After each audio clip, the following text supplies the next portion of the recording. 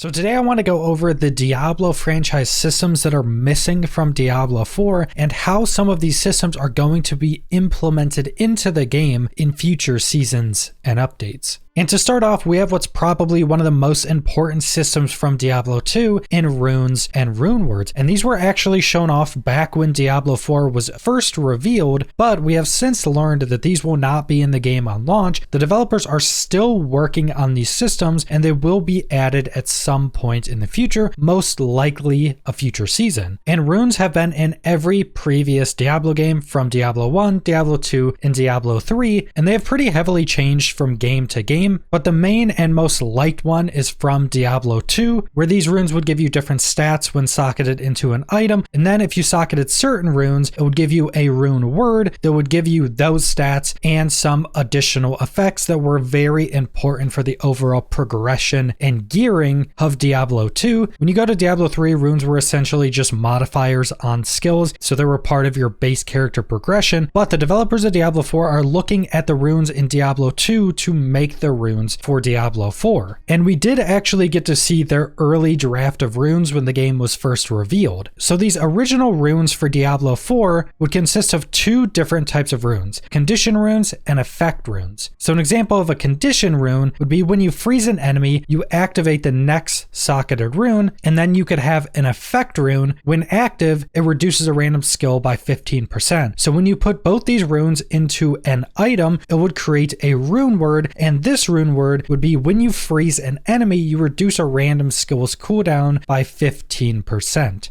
And I think this system is a little bit simpler than the one from Diablo 2, but would still add a ridiculous amount of customization and variation in gearing your characters, and you could probably completely change builds by just changing up your runes and your rune words. Now, like I mentioned, these won't be in Diablo 4 on launch, but we have gotten confirmation that they're still working on runes for Diablo 4 and that they will be added in some future update. And I think these runes are going to be a pretty big deal once they're added into Diablo 4, because this is going to add a lot more variation, a lot more customization for the different builds you're trying to create, and they're going to make build creation a lot more complex just because there's going to be so many different options. And depending on if they're going to go with this condition and effect rune to make the rune words, or if they're going to go back and be a bit more like Diablo 2 runes, the system is still going to be a massive deal. And I think a lot of players are definitely waiting for runes to be added into Diablo 4. And that brings us to set items, which, like runes, have a pretty extensive history in the Diablo franchise, and if done correctly, could add a massive amount of variation to gearing and item progression. And even though these were built in a pretty similar way in both Diablo 2 and Diablo 3, the amount of use they had were actually pretty different. In Diablo 2, sets seem to be much more of just a building block of your overall character, mixed in with the uniques, runes, rune words, and all the other progression systems you have. But in Diablo 3, sets were pretty much what you built your character and build off of. Pretty much